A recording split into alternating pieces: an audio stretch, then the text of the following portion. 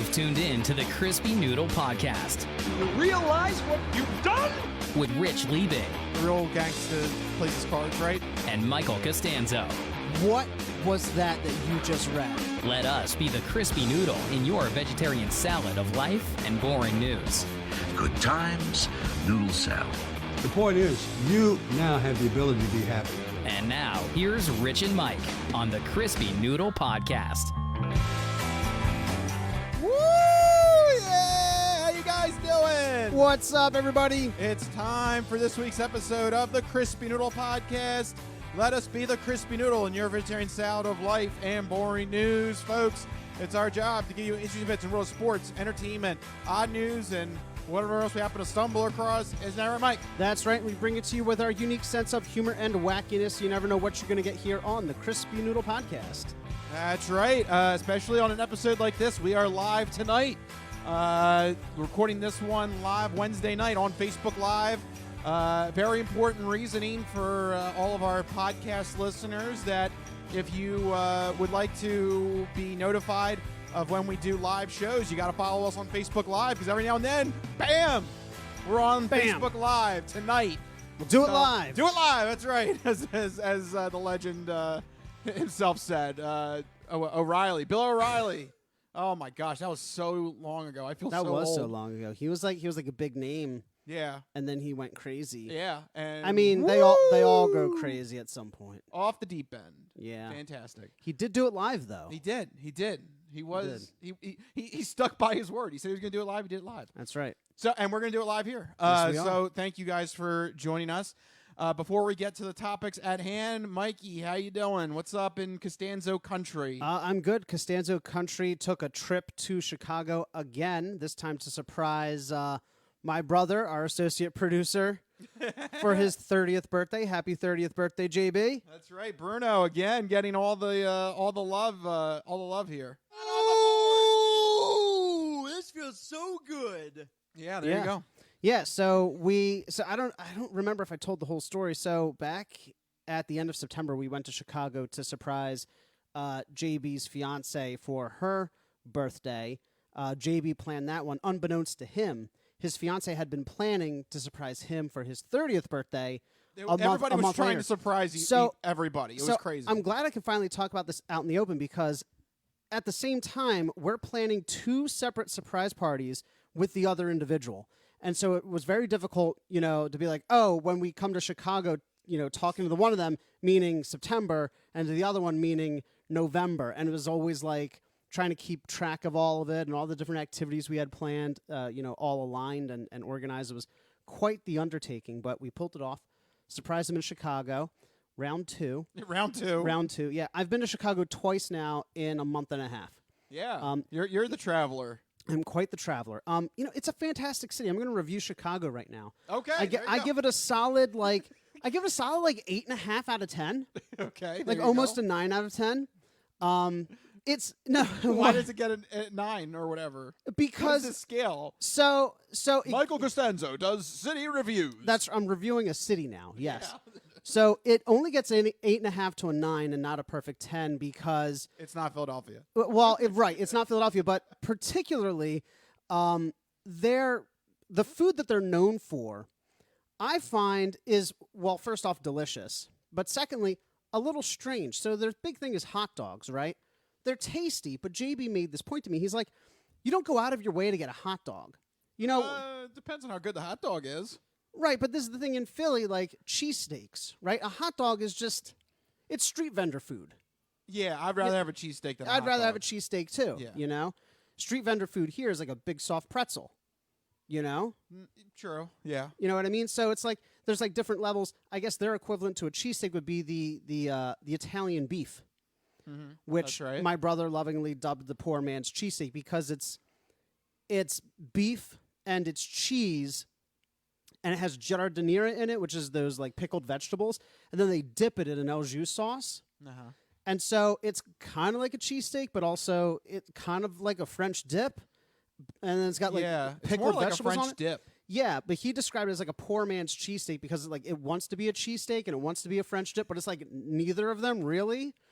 So one day when it will grow up, it could make a decision whether to be a French dip or a cheesesteak. It's good though. It's tasty though. I'm not knocking it.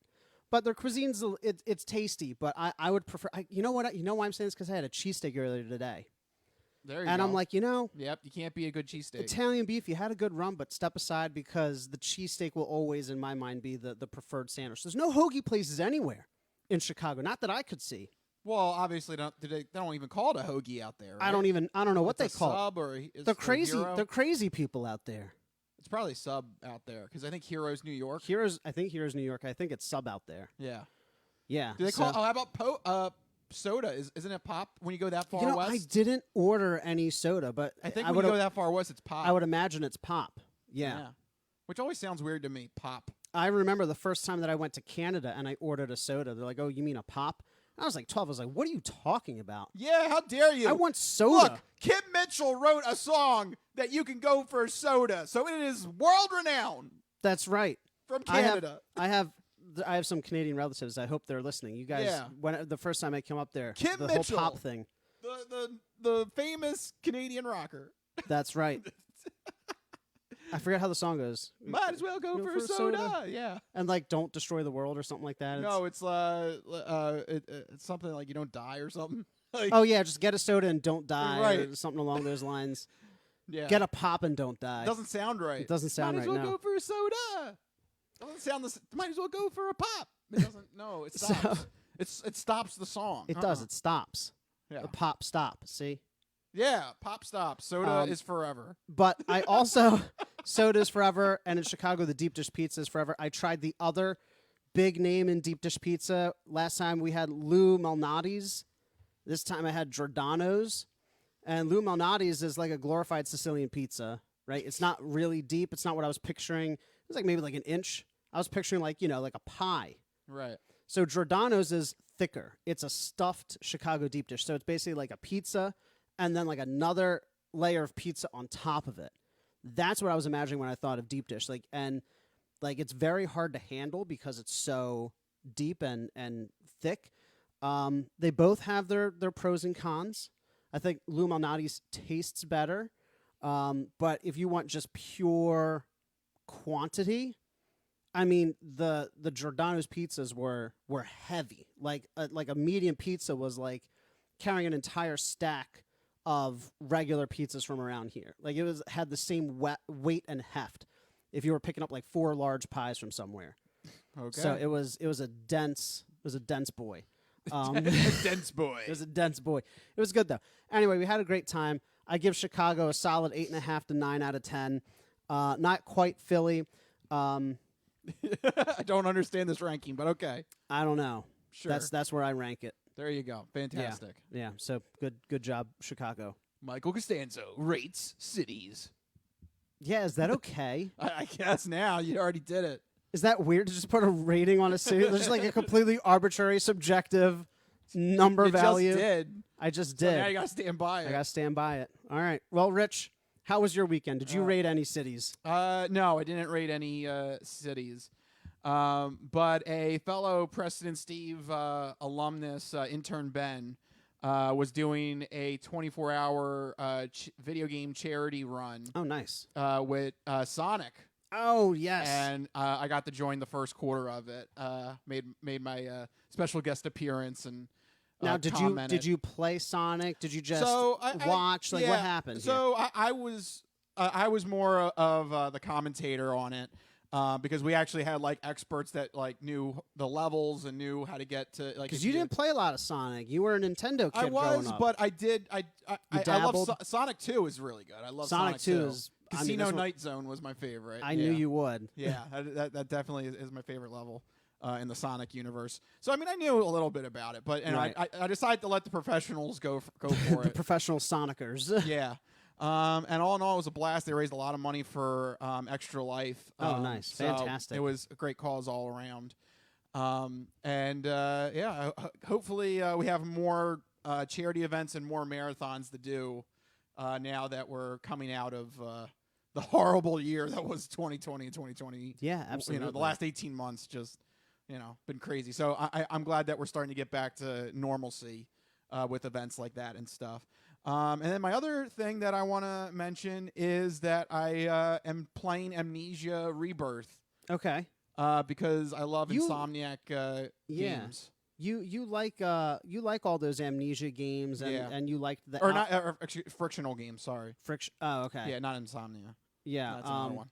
Is that another brand of horror game, or is it just okay? Yeah, yeah. You like all those horror games. You played Outlast. You played the Amnesia games. I like the effed up stuff. Yeah, go ahead.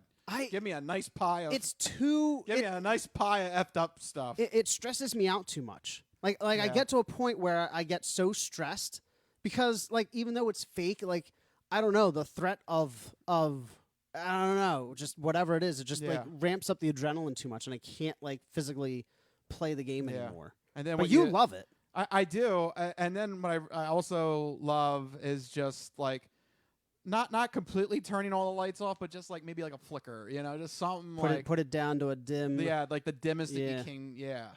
And then really immerse yourself in the spookiness. Yeah, I don't know that I think is a home run. And frictional, they always do these games between Amnesia and Soma, which we've talked about before. Soma's a fantastic game. So yeah, I'm in the middle of playing that right now. Finally catching up to the Amnesia storyline. So okay, now is it an action game? Do you have to fight these monsters, or is it more of like either the survival? Or. Okay. They've learned from Soma that if your story's so good, just put in a safe mode and just have players explore the story. Okay. I mean, is it still scary though if you explore the story? I still think it is. Because I always... And there's still things that happen that will twist, in the story and twists and turns that happen. Because I always It's just that you don't die. Okay. I always think about trying them, and I'm like, I don't know if I can take the stress.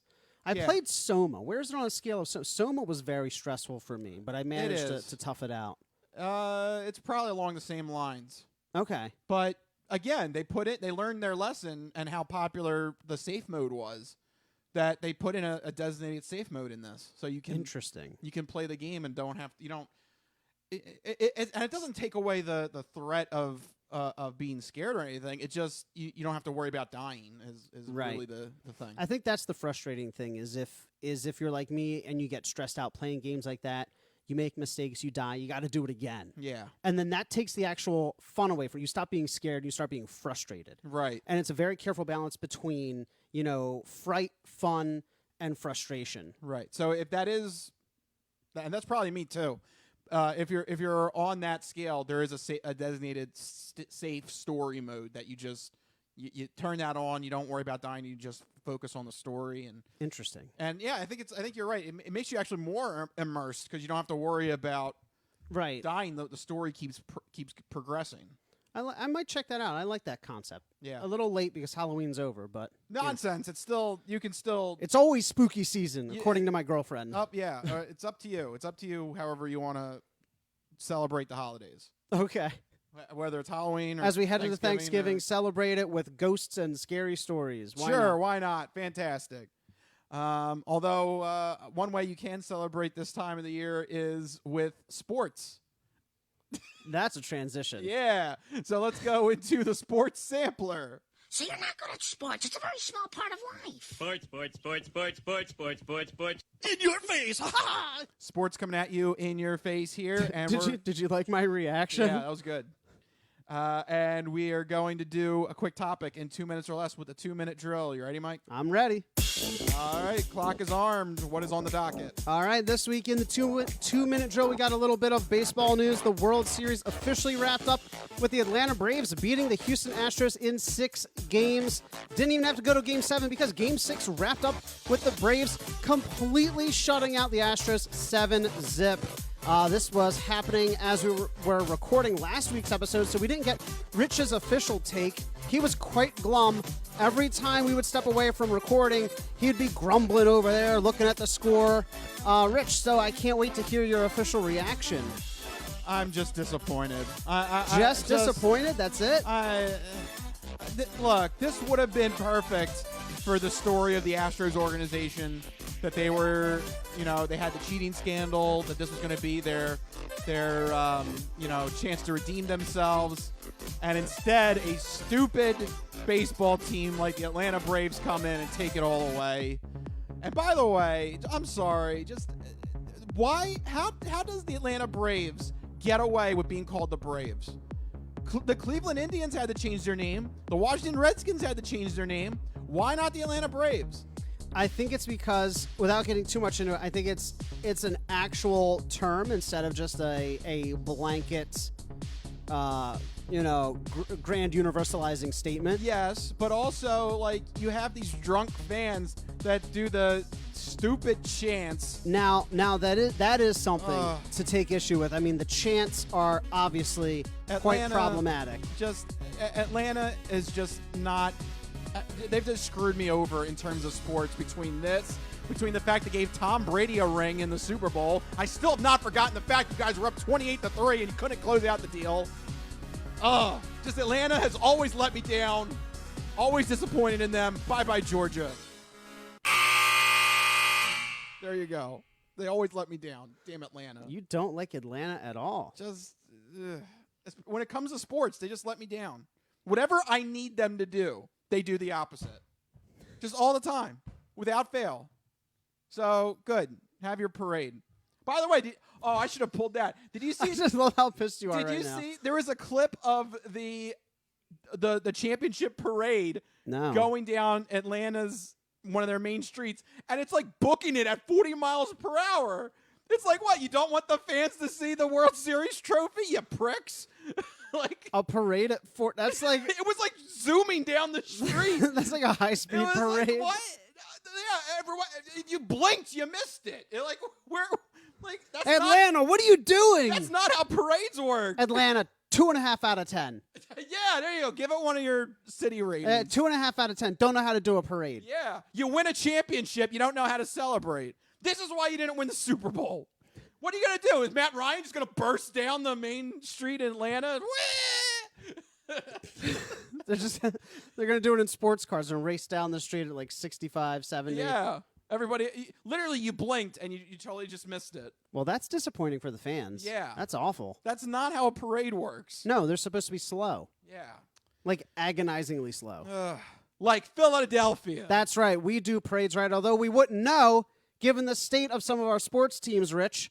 That's right. We're recapping the latest Eagles game in which they lost a close one to the LA Chargers 27-24. We gave them a run for their money. But what happened here, Rich? It's about to get all stupid up in here! Yeah, I have no idea what this team is trying to do now. I have a problem.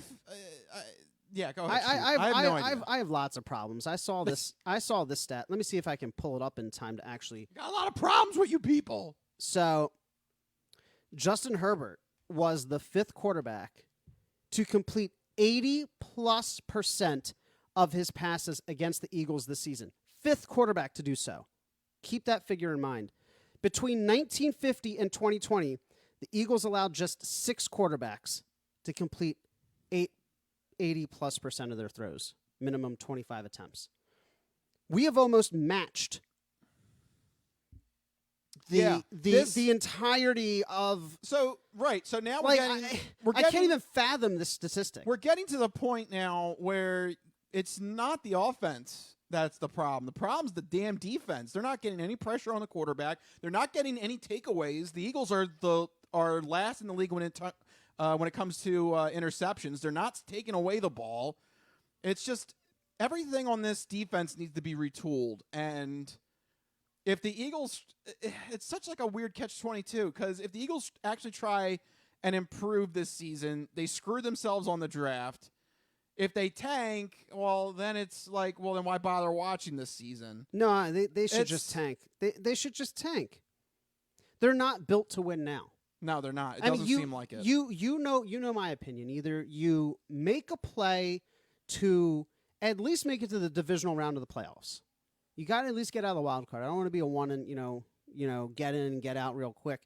You got to at least make it to the divisional round, or you tank. The NFL, these mediocre teams, you just stay in purgatory, as we've seen the Eagles do a couple times in our lives, where they have a couple seasons like 9-7, 8-8, 10-6, and they're like good enough, but not great to make a difference, and not bad enough to actually improve. So you just sort of stay mediocre for like 4 or 5 years. I would rather them tank because we have a real opportunity here to have some serious draft capital. I mean, basically 2 picks in the top 10. That is insane. Yep. That is franchise rebuilding type of draft picks. Now, even I saw it online. I love this quote. Even our silver linings have a shade of gray to them. Yep. In Howie Roseman, but I think this season is just the way that the NFC is playing out. We don't really stand a chance when you come across those bigger teams like the Cardinals, like the Rams, like the Buccaneers. You make it to the playoffs and you face one of these guys, you're just going to be obliterated. So, I know it sounds bad to say, but why try? You know, I know you have young guys, you want to see what they're capable of. I would argue that most of these young guys really shouldn't be on this team. Okay. I mean, our linebackers might as well be non-existent. The secondary, outside of our aging, high-priced corners, doesn't really inspire any, excitement. The defensive line, so much money sunk into that line. Brandon Graham and Fletcher Cox going to be gone, as will Derek Barnett going to be gone, most likely. So we're not built to win now. We are in rebuild mode. We should just embrace it. Most of these players are aging out of the team, and most of these players are too young to make a difference or too unskilled to make a difference. So why try? So go full-blown tank. Go Tankadelphia. Let's do it. Well, unfortunately, I think you better be careful of the last 5 games on this schedule, because I believe 4 out of the last 5 games that the Eagles play are all against the division. Well, don't worry, Dallas will beat us. Dallas, I don't know. They looked horrible against the Broncos. I'm telling. I told you guys last week.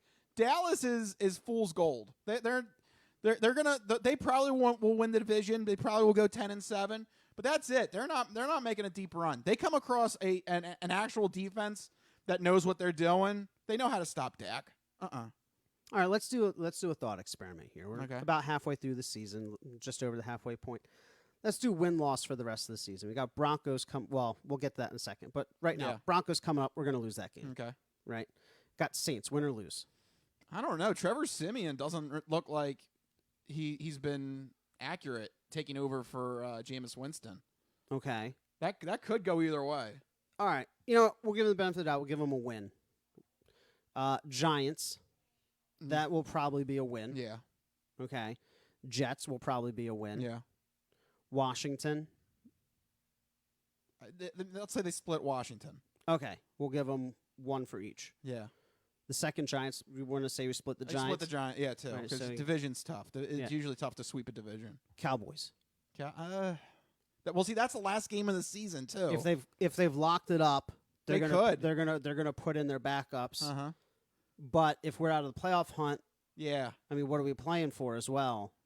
Jobs. Jobs.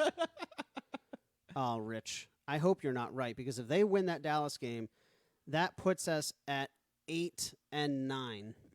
Yeah. Which is like the worst possible record to have. Yep, just to screw you over, Mike. Just to screw me over. Yep, there you go. Just perfect. You know, I didn't realize how bad the rest of this schedule was. Right. Yeah. Going into this, well, remember going into the season, we both said that they could, actually, you said that they were going to go under 6.5. Yep. I still think they will. Well, you just had them at 8. But I'm just, the thought experiment thing is if they want to actually play and see if they can make a playoff run, because sometimes they do that. Remember, what was it, 2 years ago? They decide they're going to be good all of a sudden. Yeah. So, that can happen. They can, randomly, 2/3, the way of the season, they could randomly just, fire it up. And especially with those last 5 games, the only one that scares me is the Cardinals. Other than that they could run, No, we don't play the Cardinals. Or is that Dallas? Am I thinking of Dallas? That's Dallas. Oh, that's Dallas. That's why. Who are they? They play somebody else. We play Saints, Broncos, Jets, and then it's all the division. That's the division. Okay, so those division games, I don't know. That's what could tank either. That's what could tank us in either direction. Either it could be 4 straight losses and we get a top 10 pick, or it could be 4 straight wins and they screw themselves out of a decent pick. I was not expecting the division to be this bad. Yes, it is. Welcome to the NFC East. I was expecting us to be bad, but I was expecting Washington to put up a fight.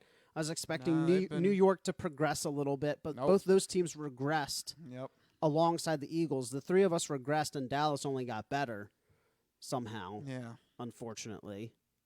You know what really pisses me off as well? Yeah, tell him, I'm Mike. looking at stats. Jalen Hurts is both the passing leader, obviously he's the quarterback, but also the rushing leader for the team. Yeah. We have Miles Sanders. Yeah, too bad. We don't need. We got Jalen Hurts. I hate this team sometimes. Oh, no, we got Jordan Howard now. I couldn't believe that. Jordan Howard scored a touchdown last week. I was like, what? What rock did he crawl out from under? Seriously, haven't heard a peep from him in 2 years. This is so upsetting. Jordan Howard scored a touchdown. What is this, 2019? Right? This team is so frustrating sometimes. Right. On the plus side, Devontae Smith has like 530 yards receiving, so like he's doing a good job for. He should be doing better for a top 10 pick. So much for that. You got Kyle Pitts over there on pace to get 1,200 yards as a tight end. And Atlanta, and the Falcons don't know what they're doing. And the Falcons don't know what they're doing. We got Devontae Smith. He's like, I don't know. He's good, I guess. No, I'm just all right, enough of that nonsense. Damn Atlanta. It comes back to Atlanta. It always comes back to Atlanta. So, yeah, I don't really know what to take away from this Chargers game. It happened exactly as we expected it would happen. The Chargers were going to win. Justin Herbert had a field day with us. We're a great team for quarterbacks to bounce back with. Yeah. And he needed a bounce back. Right. He got the bounce back. So you're welcome, Justin Herbert. You can, treat us all to like cookies or something. Yeah, I don't send know. us a check in the mail. Send Thank us you a very check in the much. mail. Yeah, you're welcome. Yeah. So it's looking to be the continuation of a long season here for Philadelphia. I guess before we get into Fantastic Four picks, I want to go back to Dallas real quick. Okay. Because you've been on the panic button that you're worried that Dallas is actually going to make a run for the Super Bowl. I'm worried they're actually Did last week, did that do anything to ease your fears, or is that worse? Do you think maybe now they'll find their weakness and try to fix it, or? I think that What did last week's game do for you? every good team has a moment. I can't believe I just used good with the Dallas Cowboys, but every team has a moment in their season where they either get knocked down a peg or they, just have a little bit of a wake-up call. Yeah. They snap their winning streak, and then all of a sudden it's back to business. I think that's what that game is for them. They got lulled into this sense of like, we're playing so well, we're doing so good. They got that loss.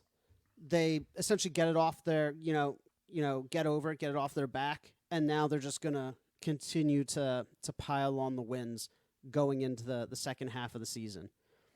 Do you worry? I could see them easily racking up 12 wins this season. Well, 12, 13 wins. So they have an easy path, I think. They do. I think that helps. But I don't know. Do you think?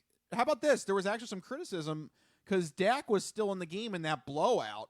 Do you think that was justified that they left Dak in there when the score was like 30-0 in the fourth quarter or whatever? It was really bad. It was I think it was 30-0 if I remember correctly. It was really bad. In the fourth quarter. I believe you're correct. It was 30-0 going into the fourth quarter. I don't know. It always kind of annoyed me personally when we would sit players. Then of course they would get injured if they still played, and that Dak, also upsets me. And we've seen if Dak goes down, the team does not do as well. Yeah. Yeah. I mean, they probably should have. I mean, nothing bad happened, so in hindsight, it's doesn't really make a difference. But if I were the Dallas Cowboys and I'm thinking about going deep into the playoffs, and you have a team on the ropes, 30-0 in the fourth quarter, depending on when it is in the fourth quarter, I think you should sit your starters. If it's early in the fourth quarter and the opposing team is driving and they score a quick touchdown, maybe you're like, okay, might want to just pretend we're still competing. But second half of the fourth quarter, leading by that much. No, they were down. Oh, sorry. Oh. I was thinking about the other way around. Yeah. Pull them. Well, I think you should listen to Herm Edwards then. This is what the greatest thing about sports is. You play to win the game. Hello? You play to win the game. You don't play to just play it. That's the great thing about sports. You play to win. And I don't care if you don't have any wins. You go play to win. When you start telling me it doesn't matter, then retire. Get out. Get out. Yeah, no, I had that mixed up in my head. Yeah, no, if you're down by 30 points, then I don't know. Yeah, I still think you still try and compete. You still keep them in. Well, they kept them in, and people were criticizing them. Yeah, people were criticizing the decision, but I still think no. If you're down, you gotta at least try to make a comeback. Pretend. Yeah, at least for the first part of the fourth quarter. Right. You gotta at least try. Although I do see the worry because obviously if Dak goes down, this whole team goes in flames. But I still think that's one of those calls as a coach. You still leave your starters in. You still got to try and win the game. So if you're leading, pull them. If you're behind, I think that you keep them in as long as you reasonably can because there's still things to learn on the field. Right. Right. So you can learn, going up against a team that is clearly beating you, you want to keep getting that experience of, seeing in live game action what they're doing to stop you. You want to continue to put, plays on tape so that going into Monday and Tuesday, you can review what you did against them. If you pull them in the fourth quarter, you're depriving yourself of learning opportunities as a team. So to your point, keep them in. Yeah, I would say keep them in. But yeah, there was a lot of backlash that that Mike McCarthy. Although probably wasn't Jerry Jones. He probably does have a direct line to Mike McCarthy. But yeah, that Mike McCarthy left Dak in when it was a huge blowout. All right, so now let's stop looking into the past. Let's look ahead to the future. We got to go to our Fantastic Four picks for week number 10 of the NFL season. We got the music playing.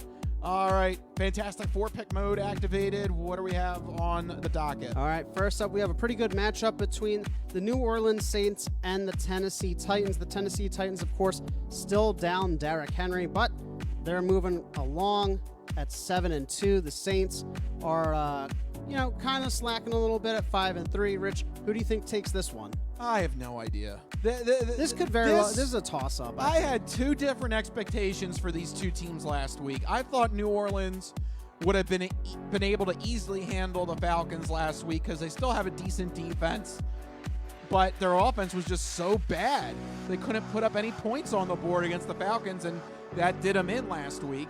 At least not till the fourth quarter when they tried to rush it all back, but they couldn't. At that point, it was too little, too late. And then the Titans, I thought their season was done losing Derrick Henry, but instead, they have Adrian Peterson score a touchdown. What is this, 2011? Yeah, right? What the hell's happening here? Guy hasn't been relevant in forever. Yeah, so I really have no clue what to do in this game. I think you err on the side of caution. You go with the home team here. The Tennessee Titans are just better on paper. Even down Derrick Henry, they still have weapons that can threaten in the passing game. They do. The Saints have that good defense, but it's always been kind of a question mark this season about what they're doing at quarterback. Ever since they lost Drew Brees, to retirement. Yeah, Trevor Siemian didn't look too good last week.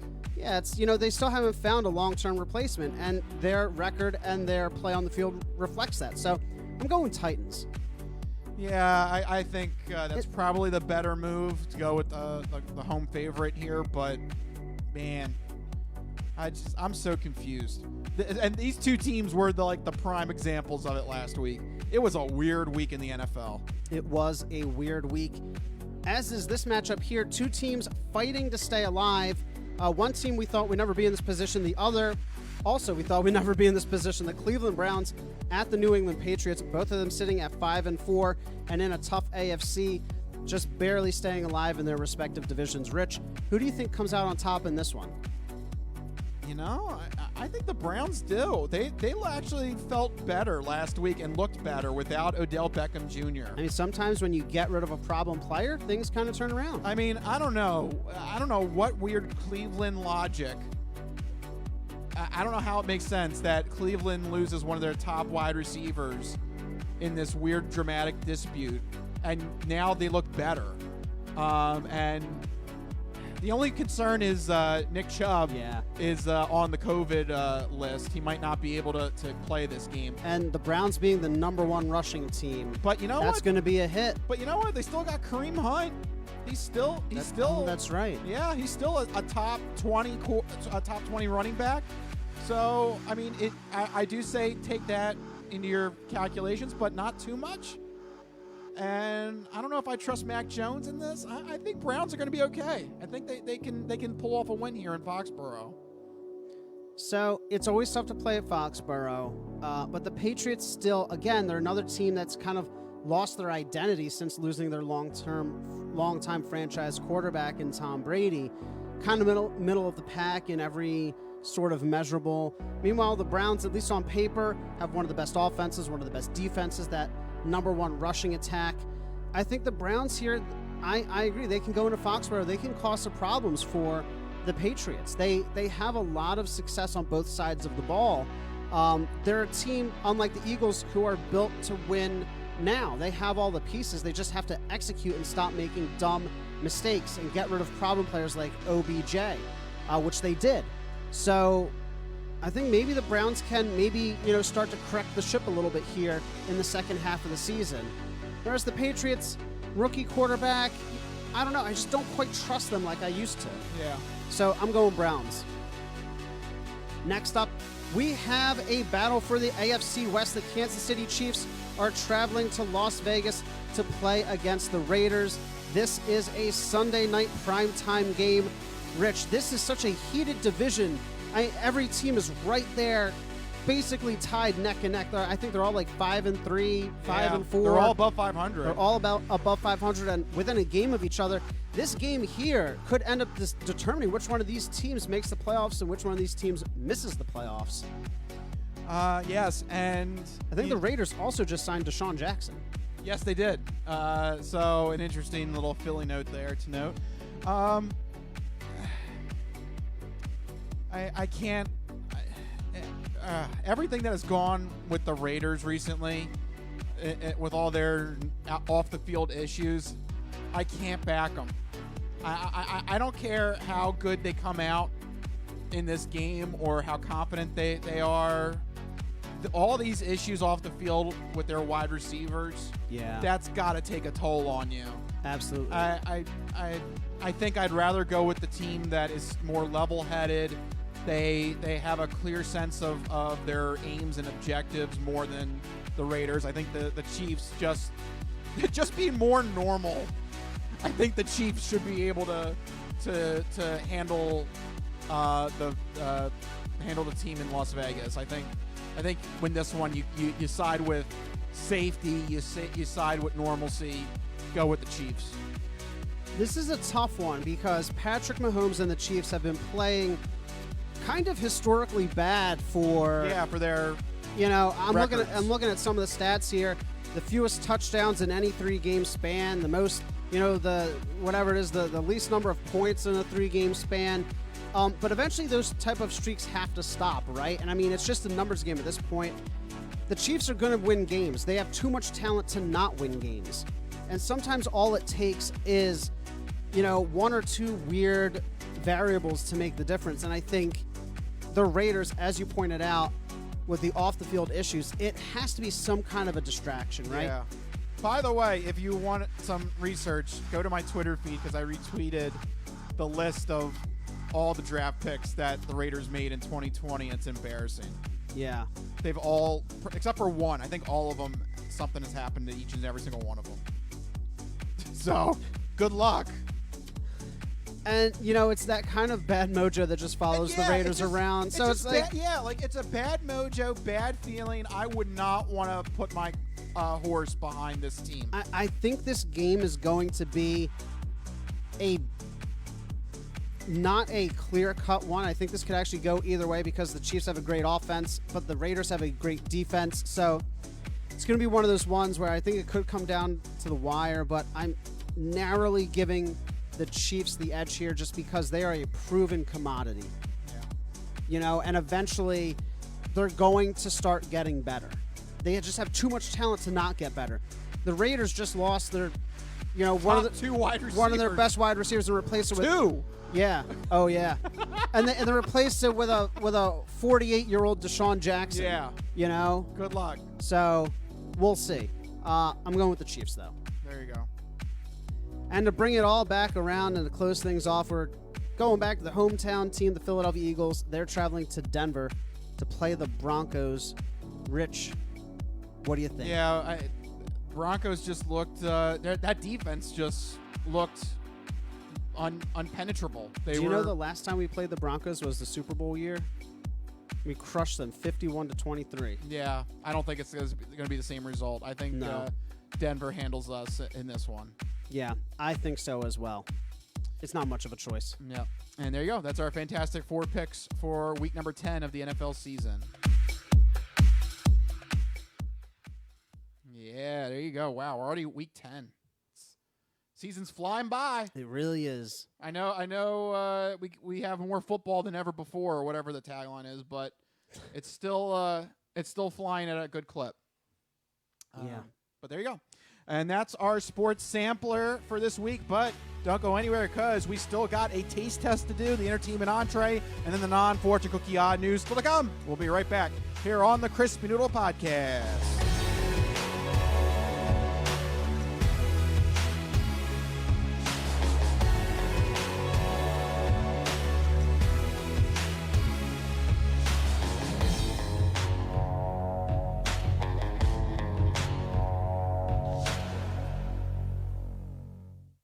Ready for the weekend?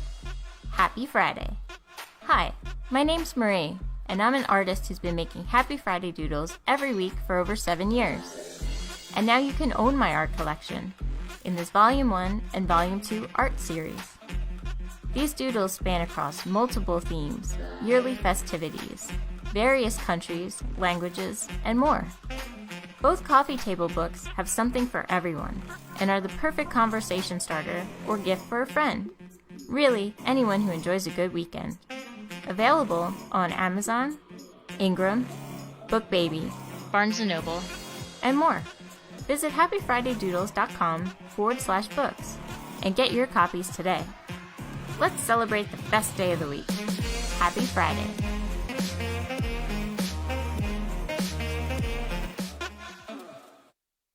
We're going to talk about 22-year-old Matthew Kyle Letham, and he decided to call police at 4:45 in the morning because he couldn't find a ride home after the bar at 4:45 in the morning. That is not the actual oddity of this story. Police encountered Matthew Letham on the scene, and that's when they noted that this dude actually has a tattoo of the state of Florida in between his two eyebrows.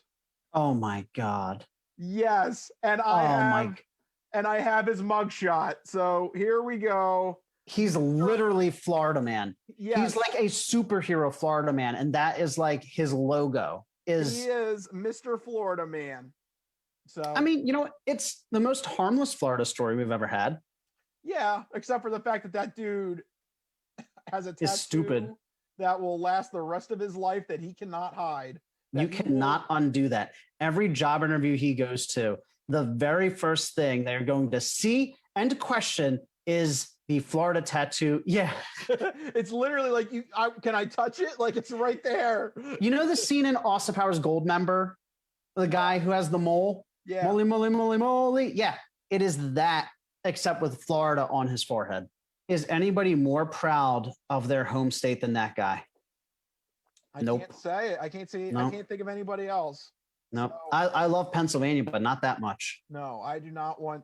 Pennsylvania is a big state too. I do not want that on my forehead. It's very square or rectangular. It would, What's the weirdest state to get tattooed to a forehead? I think. What do you think would be the weirdest one? I mean, I think Florida, because the way it's shaped. Florida's pretty weird. California would be weird because it's very long, and then it juts out. No, Michigan. Ooh, yeah. Because they got Michigan. all those like Great Lakes and stuff. Yeah, and it's split in half. Ugh. Yeah, that would not be good. That'd be a weird one. Yeah. Ugh. Oklahoma. Alaska. Oh, Oklahoma. I was gonna say Alaska. Oklahoma, you have to get the box, and then you have to get that little dinky panhandle that goes the other half of your head. You're literally making yourself a unibrow, and then like it has like a little hat on it. Yeah. Ugh. What about Alaska? You have that whole chain of islands coming off the side. It's gonna like go around the side of your head almost. Ugh. Yeah. This is the dumbest conversation we've ever had in 8 years of podcast. I think it's safe to say that talking about the weirdest state to tattoo to your forehead, probably the dumbest thing we've ever talked about. It's 2021, man. And we were like actually analyzing. You're like, oh yeah, and the islands, and we're like, yeah, that makes sense. There's something fundamentally broken with us, Rich, in 2021. It's 2021. Nothing makes sense anymore. It's that simple. The pandemic's gone on too long, Rich. We've hit a breaking point. Yeah. All right. Next week we're both going to show up with states tattooed to our foreheads. Dear God.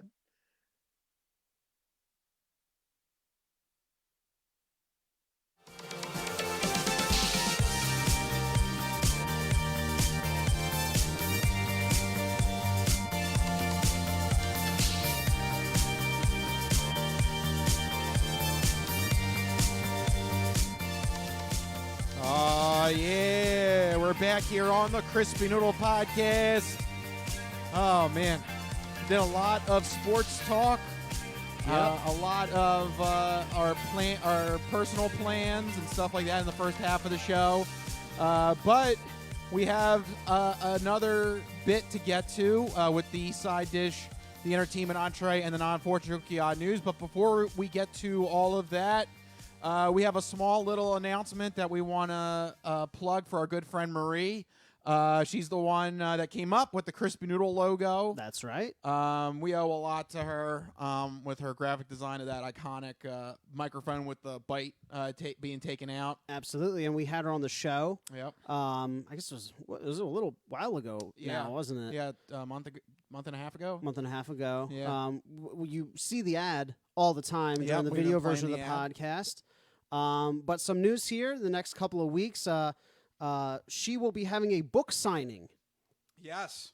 We know an author. We know an author, and she's autographing books now. Yeah. That's fancy. impressive. So she's going to be at the Moravian Bookshop in Bethlehem, PA, Sunday, November 28th from 1 to 3. So if you want to get your own copy of her art books, which are fantastic, by the way, if you haven't seen them, rewatch the ad portion of the show. Yeah. Or rewatch the episode where she was on. So you can go get your copy of the book, get it signed, support local authors, support local bookshops. I mean, there's literally, this is so wholesome. Yep. You know, it's really a great thing. So go out and support our good friend Marie and support local authors, local artists, local bookshops, all in one go. Get yourself some good books. An amazing day. Yep, and there you go. That's an official Crispy Noodle sausage shout out for Marie. Sausages! There you go. She gets a sausage shout out for this accomplishment. Sausages! Yay! And a yay. There you go. Even more, another one. Yeah. Yay! Budweiser. And grab a Budweiser too. She got the whole trilogy. The whole trilogy of shout outs. She got the sausages, the yay, and the Budweiser. Sausages! Yay! Budweiser. There you go. Well, when you have sausage and Budweiser, you say yay. So I mean, it makes sense. And when you have Marie's book too, you go yay. That's as well. right. You say yay Yay! when you get the book. So once again, that is November 28th from 1 to 3 at Moravian Bookshop in Bethlehem, PA. So definitely go check that out. I know I'll be there. So maybe if you're there as well, we'll run into each other. We can talk about how bad the Eagles are instead of actually watching the Eagles. Fantastic. There you go. What a way to spend a good weekend. There you go.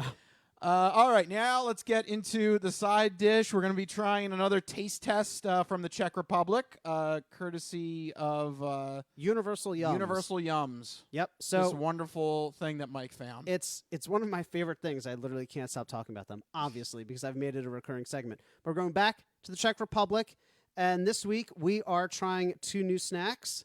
We are trying a puffed rice cake with apricot yogurt. It sounds horrendous. Yeah. Rich picked it out. I saw crispy, and I thought it was just appropriate, but I didn't read the rest of it. So, whoops. We're going to have to eat this now. So, yeah, it's a puffed rice cake with apricot yogurt.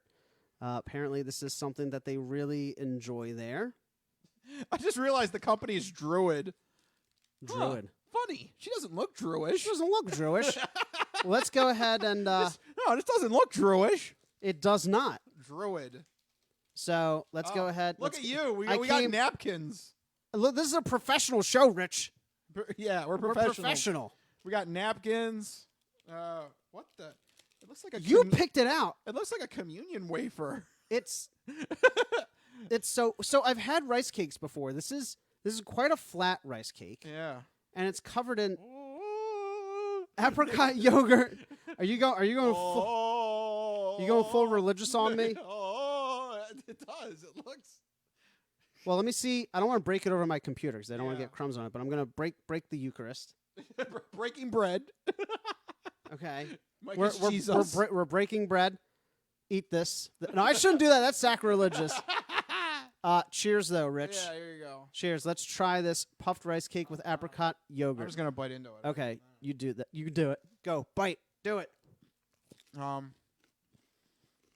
Okay, so it's like a rice treat, and then the top is like, it tastes like a cream. What is it? Apricot. Apricot. Yeah, yogurt. It's like a creamy apricot kind of a deal. I like it. It's okay. I'm not too crazy about it. I do like the subtle flavors. They come in layers. Like when I bit into it, all I tasted was the rice at first. And as I continued to work through the treat, it is crispy. It is crispy. It does live up to the crispy name here on the Crispy Noodle podcast, so that's good. That's true. Because that would have been the biggest disappointment. Don't tell me you're a crispy food and you come on the Crispy Noodle podcast and you ain't crispy. Don't give me that. That's right. That's weak sauce. If you come on this show advertising crispiness, you better be crispy. Yeah. I don't know if you hear that. It's pretty crispy. All right, not bad. Not bad. Yeah, I like it. I'm pleasantly surprised. Okay. All right. I got to admit, I was a little worried when So- you were naming some of the things on that. So was I. I thought it was odd, looking at it at first, but yay! Yay! After trying it, it gets the official yay. Yeah, I think, yeah, official yay. Yay! There you go. So this next snack, this is something I see in a lot of the snack boxes. Other countries, I don't see them around here. Other countries love ketchup and tomato-flavored potato chips. Oh, okay. So, like, they're in, like, almost every snack box. Kisupu. I love the wording on this. Kisupu. That must be ketchup in Kisupu. Czech. I'll give you some kisupu. So these are and his ghost. These are tangy tomato ghosts potato snack. They are ketchup-flavored, I guess, chips. Yeah, they do have a little ghost face on them. Aren't they the most adorable things ever? Little ghost. I told you were going to love them. Yeah. Appropriate. We should. I just realized we should have done this next week for the Ghostbusters movie. Oh. Why did I not think of that? I don't know. I was really anxious to try the ghost. But look at their awesome little faces. Yeah. Ooh, they're spooky. Ooh. All right. Let's dig in. Yeah. That's crispy as well. That's crispy. Ketchup. You really taste the ketchup. Yeah. That's almost like they've hardened ketchup and just sprinkled it on there. Yeah, but I think it works. If you like ketchup, yeah, you're going to love these chips. chips. If you love ketchup, that's the snack for you. If you are addicted to ketchup, you got to get that. I like ketchup, and we've had other ketchup-flavored chips on the show, and it's usually like a barbecue-y flavor. Yeah, it's not, but that tastes like straight-up ketchup. That is like if you took a chip and dipped it in Heinz or Hunt's, that is what it tastes like. Yeah. The other ones always had like a smokiness or like a like a weird like tanginess to them. This is just ketchup. That's ketchup. And it's not really a chip either. Did you notice? It's like a puffy. Yeah. It's a potato snack. Do you want another one? Yeah, let me try another one. Yeah. For science, of course. Science. For science and Ghostbusters. Those are really good. Yeah. It's almost kind of like a French fry and a ketchup. It is. Because it's not quite a potato chip. It's puffy. I would imagine something like that would have been at like a Burger King or something. Not from the Czech Republic. Yeah, right? But oh, that's fantastic. Yeah, that's good. I think all so. right. Yeah. That was a good choice by me. I picked the two. Good job. Yeah. Yay. Woo. I was like, Rich, you're pick two. And he's like, I picked these two. He just like pulled them out at random. I was like, okay. Yeah, I just went for it. There you go. And it worked. Well, good choices. Good choices. I really enjoyed the ghosts. Yeah. And I was pleasantly surprised by the apricot. Yeah, I was not surprising it to be that good. Yeah. So there you go. All right. All right. Taste test. I hate for those that like our criticizing outbursts, sorry to disappoint you. Both of these are pretty good. Yeah. Two big yays for the Czech Republic. Yes. Two of them. Yay! Yay! There you go. Both of them. And that's from Universal Yums. Universal Yums. You can check that out. And if you order, you could taste along with us. Yeah. One of these days, I'm going to get free food from someone. Yeah. Come on, Universal Yums. Sponsor us. We're trying to help you We're out not here. asking for a lot, just a box. Yeah, we just want the free box. We just want the free. We don't want to get paid. We just want free food. Just send us free food. That's all we want. It's the cheapest advertising you've ever bought. Yeah, free. We can be bought with food. Yeah, we're not picky. All right, so there you go. That's our side dish there. All right, now let's get into the normal parts of the show. Let's go over the segment where we have some news with movies and TV and video games and celebrities. It's the entertainment entree.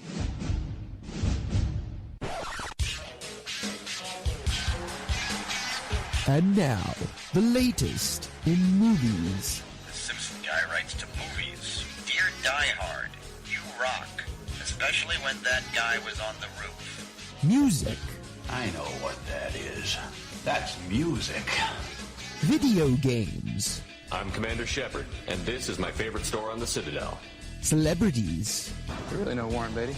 Yes, I do. I took a leak next to him once at the Golden Globes. And more. You were the all-singing, all-dancing crap of the world. This is the entertainment entree. All right, and there you go. We're officially in entertainment entree mode, and Mike is disappointed. You just dropped. I dropped my snack. You dropped a snack. Aww. That's really sad, Rich. Oh, Mike, what did you do that for? Come on. This cannot be made good. It's shameful. It's a shameful, shameful day. There you go. My snack. The yogurt stuck to my fingers, and I dropped it. Shameful day. Damn. Well, let's see if Mike can rebound from that travesty with his segment, Mike's This Week in Entertainment.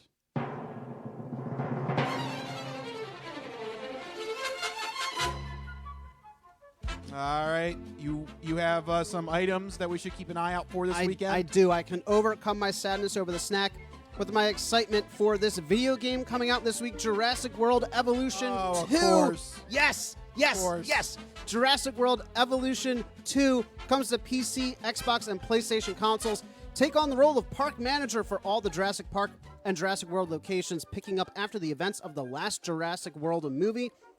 Players have to juggle managing the park infrastructure and finances, the dinosaurs' well-being, and of course, the ever-changing demands of the guests and the various park managers. From what I understand, the dinosaur interactions have been greatly improved. The dinosaurs feel much more lifelike with new animations and new interactions with both the other dinosaurs and the guests and the environments. So I'm really looking forward to picking this up and trying it out. It is just your classic park simulator, except you have to manage dinosaurs instead of roller coasters. I mean, what more can you ask for, Rich? It's amazing. It's the best game ever. There you go. Mike has already nominated it for Game of the Year. Absolutely. But speaking of awards, good transition, Rich. Now that we're well into the fall, it means we need to start paying attention to the fall dramas releasing in film. and some movies are already getting awards buzz for next year. First up is Belfast. This is a semi-autobiographical Irish dramedy hitting select theaters this week. It's a coming-of-age story about a young boy and his working-class family struggling their way through the late 1960s of the Troubles, a period of ethnic and political unrest in Northern Ireland. The film is already getting some strong reviews with an 82% on Metacritic, so it seems to be made of the stuff that could attract awards attention. Keep an eye on this one. It might be mentioned later on in the year. But one that will absolutely get mentioned during award season is Passing, coming to Netflix this week. This incredibly heavy black and white drama already debuted in select theaters and is gaining attention this fall drama season, receiving an 83% on Metacritic. The synopsis reads, quote, mixed-race childhood friends reunite in middle-class adulthood and become increasingly involved with one another's lives and insecurities. While Irene identifies as African-American and is married to a black doctor, Claire, quote-unquote, passes as white and has married a prejudiced, wealthy white man. It's reported that Netflix is expected to give this film a big award season push. They're already heavily promoting it, so it won't be the last you hear of it. Keep an eye on it for awards season. 2 movies to keep in mind heading into the fall drama season, and that's what we're looking forward to this week in entertainment.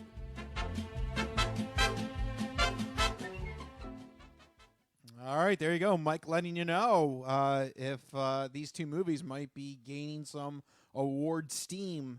Because, yeah, that'll be coming up soon. Yes, it will be. The Oscars and Emmys and all that stuff. Yep. So there you go. You might have gotten a sneak peek at some heavy hitters there. We always mention a few, but you know which movie will absolutely not be mentioned in award season buzz? Probably not. When it eventually comes out, is the Boondock Saints 3.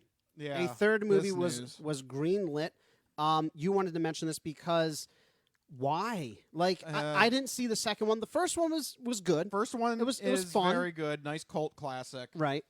And they kind of got, it was lightning in a bottle. It all worked between the kind of the low budget feel of that movie, the grittiness of that movie, tag teaming that with stars that, we didn't know that they were going to be stars in the future between Norman Reedus and Sean Patrick Scott and William Dafoe and legendary performance.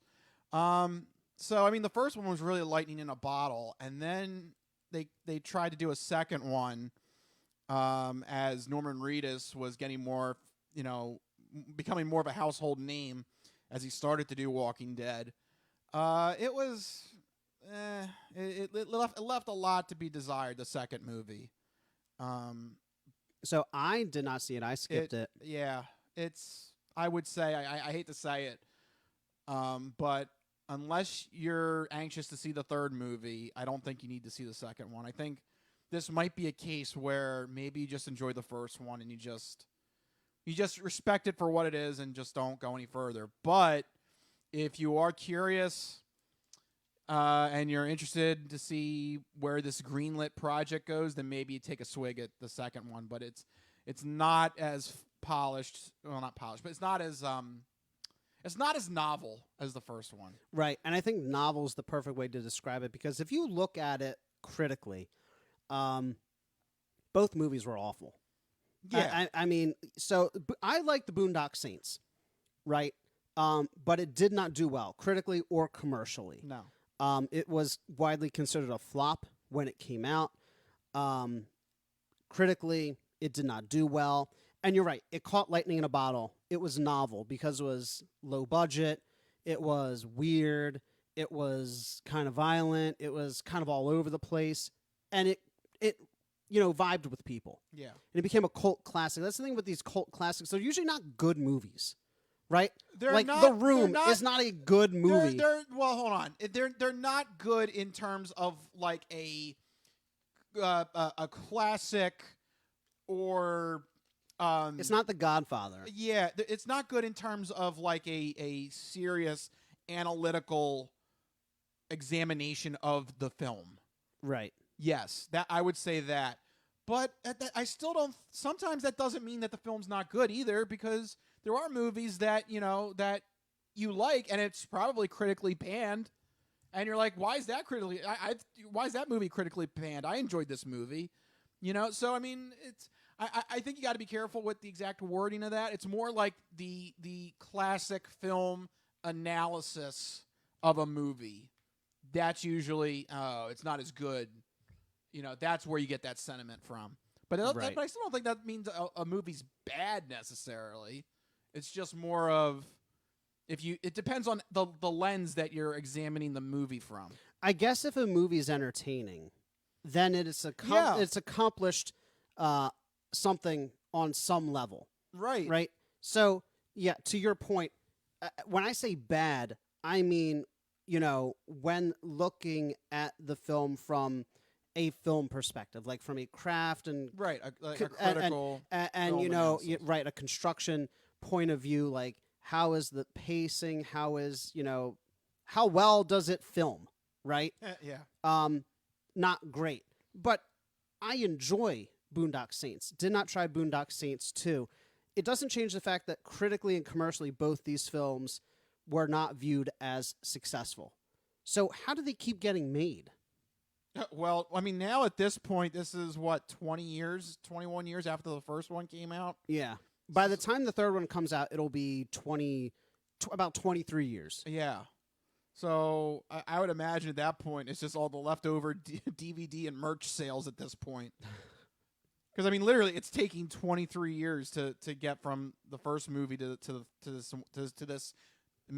That's another thing, too, about this third movie is I hate to say this because I'm sure fans are excited, but there's been rumors that they were going to do a Boondock Saints 3 the last 10 years, and it never came to fruition.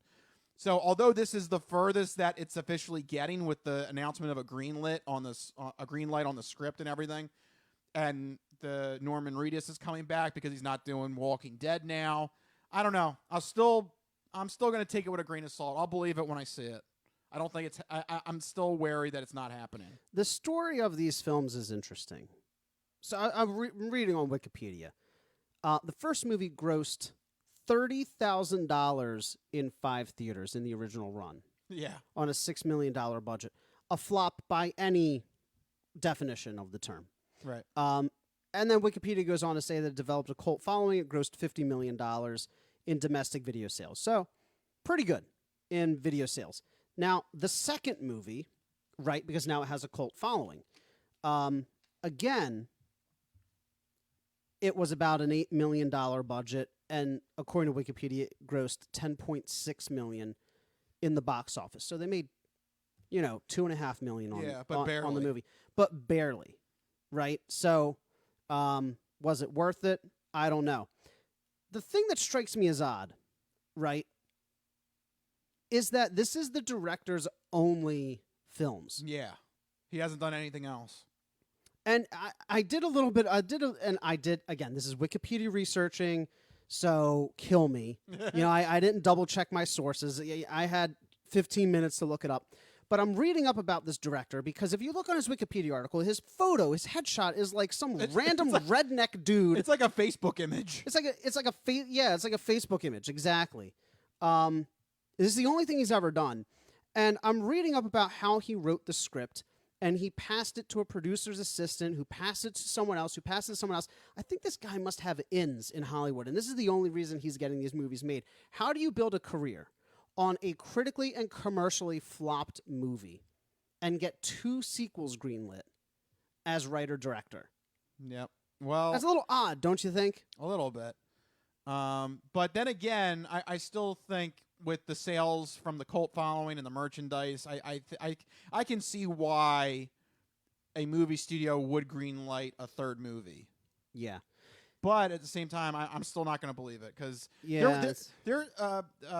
what's his name? I forget now. The director. Duffy. Duffy. I just closed that tab, Rich. There's been times where Troy Duffy has said in an interview that, I still want to continue Boondock Saints. I don't care if Norman Reedus isn't available. It might even be a TV show. Like, there's been times where he's, threatened to, go his own way, and then he doesn't. And, I don't know. I think he realizes that in order for any of this to even have a chance of working, he had to get Sean and Norman Reedus back. There would be it wouldn't be the same if he had to recast those two or go in a different character arc. So I don't know. I don't. He's probably a nice guy, but in terms of his his believability with some of the things he says, I don't put 100% faith in it. Yeah, but, I'll believe it when I see it. Right. And I won't be seeing Boondock Saints 3. Well, you didn't see the second one. No. So. I have no desire. Here's the thing. Again, Boondock Saints was a great movie, novel movie, a cult classic movie. Not one I ever really want to go back to, though. Yeah. Well, you don't like... see, my thing is I love William Dafoe in that. Oh, he's fantastic. That first movie. Where they randomly reveal that his character is gay. And like it has no point to the plot like whatsoever. Yeah, he's just there. I love when he just haggles on those other junior detectives. Yeah, that's my favorite bit. Just like, but he's like breaking their balls. Like. It is such a weird movie when you really stop. I might go back and watch it after this because I need to remember how weird. I remember watching it and thinking this is a weird movie. Yeah, but like, it works at the time. But I think I had a fun time. Yeah. I said I think I had a fun time. I don't remember if I had a fun time. Yeah, the first one works, but I don't know how long. I think the novelty wears off on the second one. Yeah. So there you go. A quick recap there of Boondock Saints news. If you're a big fan of that franchise. All right, now we got to get to some local news. Ironically, in the entertainment entree, part of our bit in the entertainment entree says movie, music, TV, video games, and celebrities. That's right. And this is probably the purest definition of Philadelphia's most famous celebrity. This news broke just before we were gonna start recording, and we're setting up the equipment and everything. And that is 6ABC's legendary anchorman, the one true anchorman. I mean, literally, Will Ferrell being Ron Burgundy, the mustache coming from this man. It's legendary here. Jim Gardner has announced his retirement and his plans to step away from the anchor desk. And this is, I'm sorry, in terms of if you're watching and you're not from Philadelphia, I don't know how else to put this to you, but like he's been a fixture for the local news in Philadelphia for over 30, 40 years. I mean, every evening, I imagine most families were probably like mine. Growing up, you're sitting around getting ready to eat dinner. Your mom is preparing dinner, and what's on in the background? The 6 o'clock news. Yep. Right? Jim Gardner, 6 o'clock news. Also the 11 o'clock news. After you finish watching TV, you're done with your programs. What comes on TV? Jim Gardner on the 11 o'clock news. Right? I mean, an absolute fixture. Everybody in this area knows of him because he's been doing it for so long. 45 years. Yep. As anchor at ABC. Yep. So he had this clip from the 6 p.m. news show that aired, and while we were setting up the equipment, he had this to say about his imminent retirement. So here it is, Jim Gardner's words about him slowly but surely about to leave the anchor desk at 6 ABC. Let's play the clip. Finally, I can't think of anything more uncomfortable for me than to talk about myself, but I do consider us family, and I should tell you about my plans. The next 8 weeks will be my last anchoring Action News at 11. I look forward, for instance, to being able to watch a Sixers game on television with my wife, or my goodness, to even go to a game on a weeknight, or maybe even linger over dinner, or doze off reading a book before 2 in the morning. It is a lifestyle I haven't experienced in 45 years, and it's time. It's also a way to transition to my retirement. I will continue anchoring the 6 o'clock news for another year, and then I'll turn in my earpiece and see what life has in store. I suspect I'll feel a lot of conflicting emotions as I approach the end of 2022, but right now there is still a lot of news to cover, a lot of stories to tell that impact all of us. After 44 years in this job, I'm still trying to get it right, and I have one more year to get there. It'll just have to be before dinner. There you go. What a way to announce the retirement.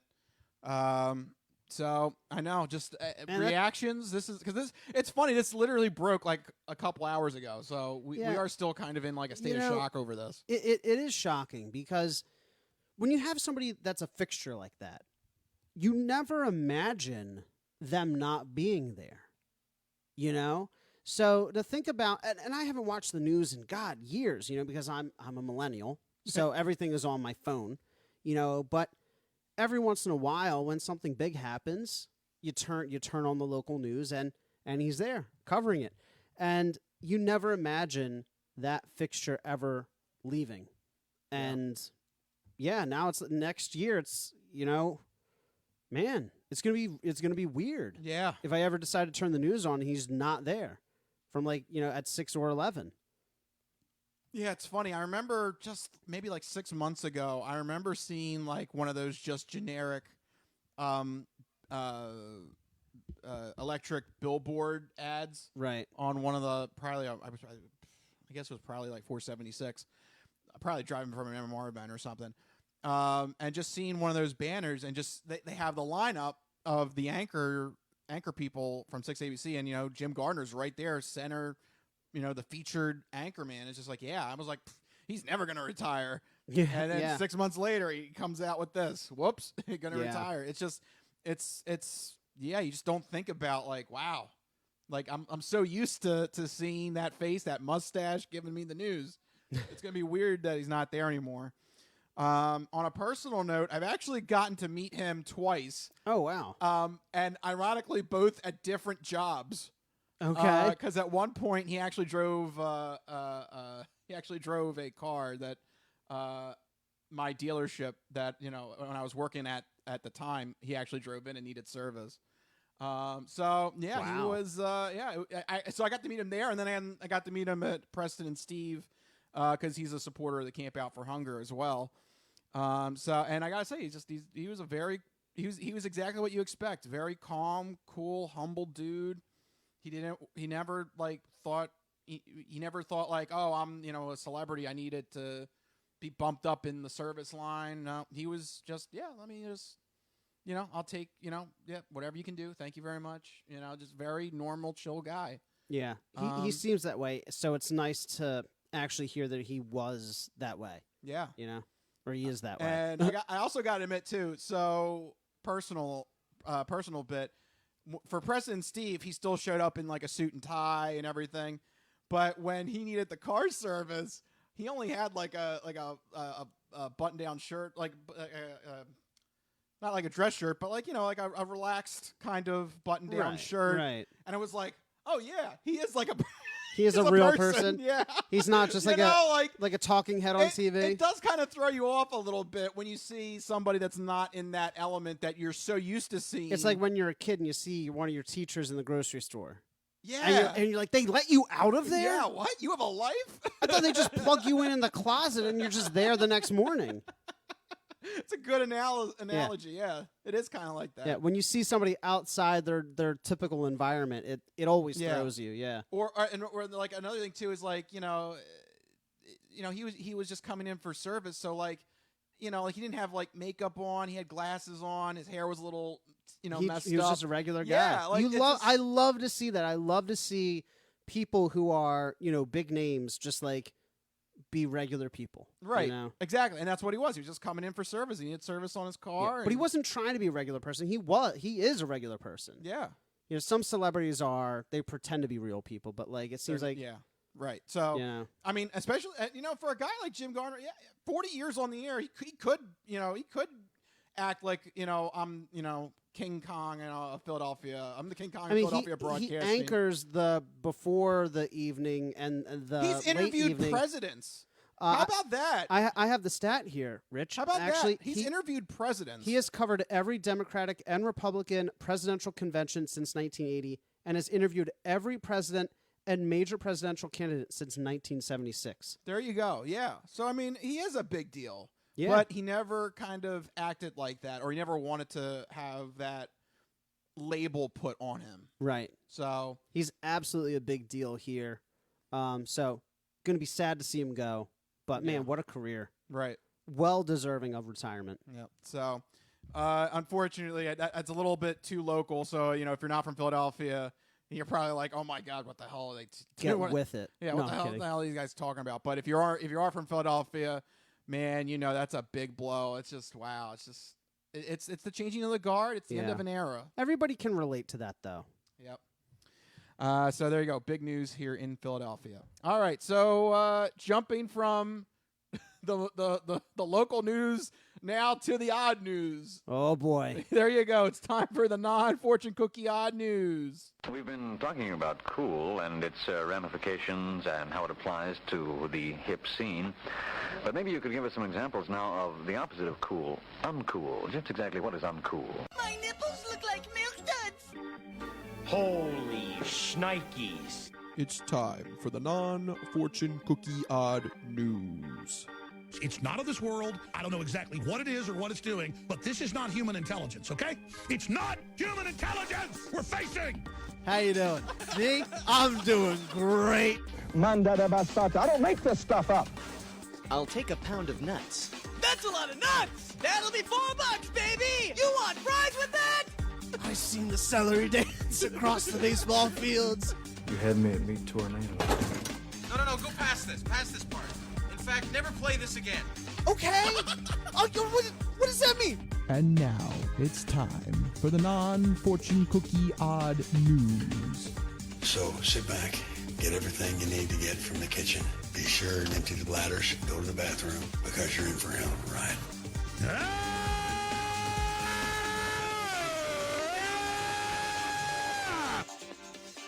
Woo! Odd news. That's right, everyone. It's time for the non-fortune cookie odd news here in this segment. Rich researches the news, he reads the news, and I react to the news. He finds a weird and wacky story and always keeps it hidden from me, which means that my reactions are my genuine gut reactions to hearing these stories for the very first time. I don't know what's about to happen. You guys don't know what's about to happen.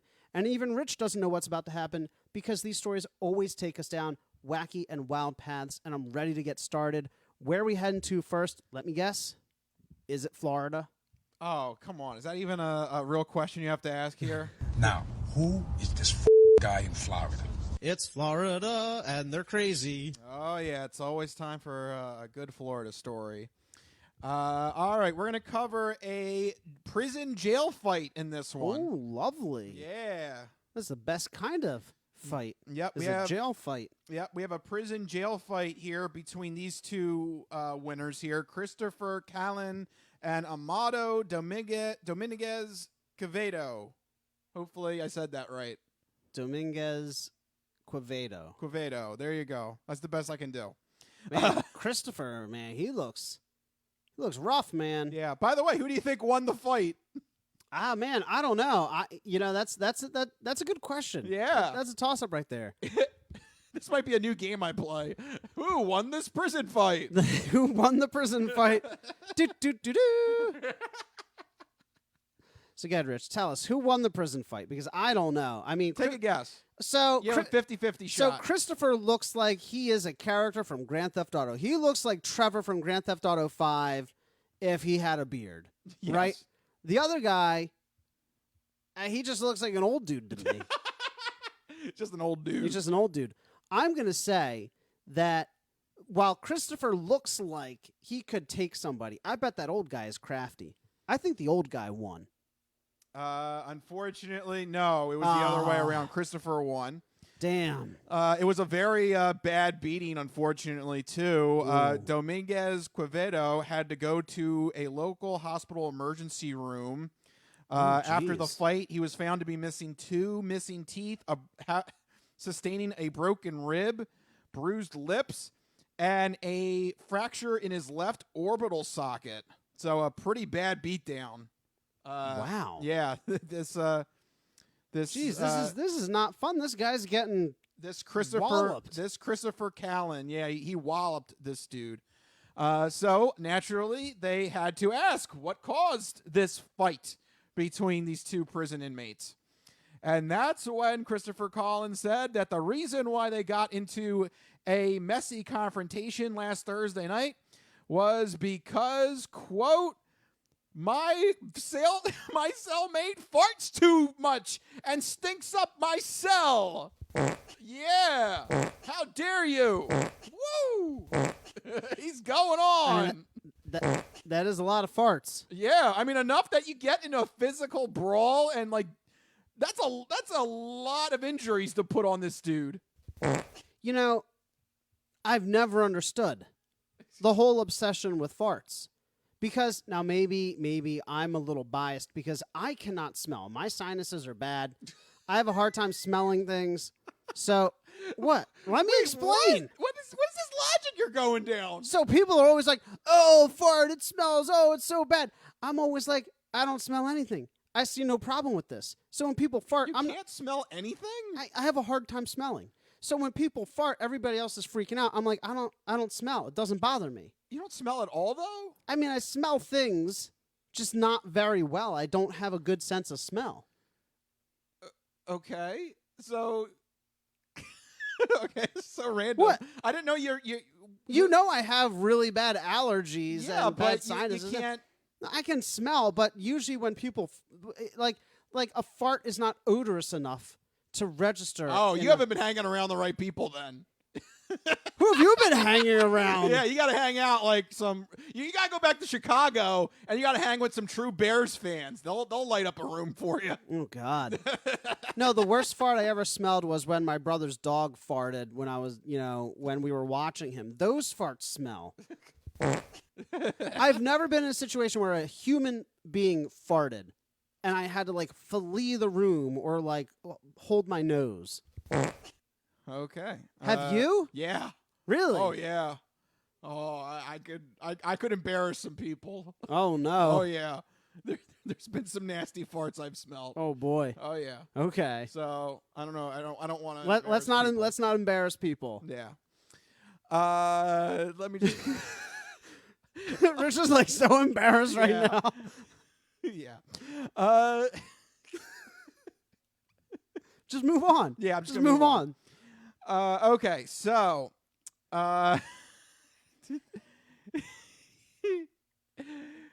Dominguez Quevedo says in the police report that when the fight started, he had no idea why he was being attacked, and he thought it was random. But Callan, whose knuckles and hands were bright red after the assault, complained about the flatulence. He also said that the thing that tripped him the most on this was the fact that he went to the bathroom in the cell and did not give a courtesy flush after a messy usage of it. Anybody can kill you. You can slip and fall in a banana peel. You can get in a car wreck. You can fall off a bridge. You could have an aneurysm on the toilet. You never know. There you go. I thought that might be a good use of You never know. I love that. One of your favorite clips. You could have an aneurysm on the toilet. You never know. Yep, you never know. Or you have a really stinky... You always give a courtesy flush. Yeah. If you have a messy or large BM... You gotta help out your brother here. You could have an aneurysm on the toilet. You never know. Unless you have an aneurysm, then you really can't. Yeah, but he didn't. Yeah. That's... So he just went and just wrecked this toilet. Yeah. This shared toilet. Bad. Annihilated. He's like, that's fine. One flush. No. Yep. No, sir. So I'm not condoning fighting him. I'm not condoning fighting somebody for this, but words need to be had. Well, there you go. This is what tipped him over the edge. I had to fight him. How dare you not give me a courtesy flush? Not good. That was a bit of a nastiness last night, yes? Some very extreme nastiness, yes? Yes. That is extreme nastiness. When he confronted Dominguez Quevedo, Callan also claims that he spoke to him in a weird language. I don't know. Maybe just to mess with him further. I guess. That's when fists were then thrown. Callan has been charged with aggravated battery by an inmate, which is a felony. Ooh. So not good. Callan might have just extended his prison time with this incident. You just go to the guy and you be like, hey, man, stop hooping and not flushing. Yeah. or give an extra flush, whatever it is. But then he starts speaking at you in a quote weird language. Whatever his name is, the assailant started speaking in a weird language. No, the Amato, he's the one that started speaking in quote a weird language. Yeah. So Callan's just racist then. Because judging by the last name, he was probably speaking in Spanish, Rich. Well, I don't know, maybe Dominguez Quevedo? Maybe Jesus. Maybe Dominguez Quevedo was like, you expect me to speak Spanish. Now I'm going to speak. And he just busts out like Finnish. Yeah. And Callan's like, whoa, I thought you were Spanish. You son of a bitch. You lied to me. Had enough of this. Had enough of your crap and your speaking crap. Your crap and your crap. Yeah. Oh, man. So there you go. Callan, unfortunately, he may have made things worse. Going to extend his prison time with an extra felony charge. Yeah, not good. Yeah. But, yeah. Should never come to fisticuffs. It's, you never know. You just never know what's going to trip people. You gotta give the courtesy flush. Yeah. I don't know how you could just let that, whatever it is, just linger. You know? I mean, I guess they're criminals. They don't care about people or society. Maybe he has a bad sense of smell as well. Maybe that. Do you not give a courtesy? No, flush? I always give I am a multi-flusher. Okay, I'm going to be really honest with our podcast audience right now. I am a multi-flusher because I know, all right, I know what I'm leaving behind is bad. You could have an aneurysm on the toilet. You never know. There you go. You never know. If I have an aneurysm on the toilet, I always give a courtesy flush. Right before you die. Right. You could have an aneurysm on the toilet. You never know. I love that clip. There you go. I thought you would like that. You're able to bring that clip back. Oh, it's one of my favorites. Yep. And there you go. That's what I have for you in the non-fortune cookie odd news. Just bad manners, man. Bad manners. You got to respect your jail mate, cellmate. Yeah. Not I mean, jailmate, so cellmate. farting too much sometimes is unavoidable. If you have stomach problems, you're stuck in your cell, there's nowhere to go to fart. You know? Yeah, but come on, you got to at least give the courtesy flush. But the toilet thing, that's a problem. Do you think it's so? Let me just review that list of. Okay. So because he did not give a courtesy flush, it was 2 missing teeth, a broken rib, bruised lips, and a fracture in his left orbital socket. Is that just punishment? No, I mean no, nothing justifies that. But you definitely need to have a talking to. Yeah. I mean, the toilet's right there. It's like next to the bed. Yeah. You know, that's a really stinky bomb you left there, and you don't do a courtesy flush. This is why I don't do crime, because I could never poop in a toilet like that. I'm serious. The whole Rich. thing's just demolished. No, I'm serious. No, I could not poop if other people were like in the same room. Like I couldn't do that. Well, I mean, hey, you gotta go. You gotta go. I guess they got no other choice. You could have an aneurysm on the toilet. You never know. Probably give myself an aneurysm. You're right. Yeah, there you go. Could you poop in a prison cell? Probably not, but there you go. At some point, you got to. You just hold it in until you have an aneurysm. Yeah, and you die. And you die. There you go. You could have an aneurysm on the toilet. You never know. Yep, and there you go. That's what we have for you in the odd news this week. Oh, man, and I think that will start to wrap it up. Man, what a range of topics that we dealt with, from sports to movies to Jim Gardner, and then pooping on a toilet in a jail cell. That's right. What a show! What a show! Class here on the Crispy Noodle Podcast. That's you can always right. count on us for the news that maybe you should know, but you might don't want to actually hear. What? I don't know. Stuff that you should know, but you don't actually want to hear. Okay. But you still should know. Yes. Like always have a courtesy flush. Yes. Just we give a you the reminder. hard-hitting news just like Jim Gardner gave us the hard-hitting news. Right. And that's what we try to do here on the Crispy Noodle Podcast. That's right. Thank you guys for tuning in on another crazy episode. If you like what you heard, make sure you go to our website, thecrispynoodle.com. Make sure you follow us on all the social media platforms. Facebook, Twitter, Instagram, all that hubbubaloo, all that fun stuff. That's right. In addition to the hullabaloo, Make sure you subscribe to the Crispy Noodle Podcast YouTube channel where you get the video version of the podcast every week. But we also still have the audio version of the podcast available on iTunes, Spotify, Stitcher, Google Podcasts, and Amazon devices. We're literally everywhere, so make sure you search for, download, and subscribe to the Crispy Noodle Podcast on the podcast service of your choice or on the YouTube channel. That's right. We also have a SoundCloud page where we have mini noodles, some fun bits from past shows that you can easily listen to and share some laughter with family and friends, the craziness that is the Crispy Noodle Podcast. That's right. So many ways to share and get in touch with the Crispy Noodle Podcast. But if you want to get in touch with us individually to share your sports, entertainment, or odd news stories, you can find us individually on Twitter. I'm at Mikey Costanzo, MikeyCostanzo. And I am at Rich Liebig, RichLiebig. Find us on the Twitters. Let us know what's happening in your universe. Let us know if there's a story that we should cover in the sports, entertainment, or odd news realms. Or let us know if you have a question you want us to tackle. We're open to all fan suggestions. Just make sure you leave a tweet or some sort of message, and we'll give you a Crispy Noodle shout-out, just like we gave Marie. That's right. So you might get the trifecta as well if it's a very good one. It's got to be a good one if you want to get the sausage, the bud, and the yay. Yeah, all three. But for right now, it's time to start wrapping this up. This has been the Crispy Noodle Podcast. Let us be the Crispy Noodle in your vegetarian salad of life and boring news. That will do it. We'll see you guys next week. See you guys. Later. Bye-bye, all you fine people.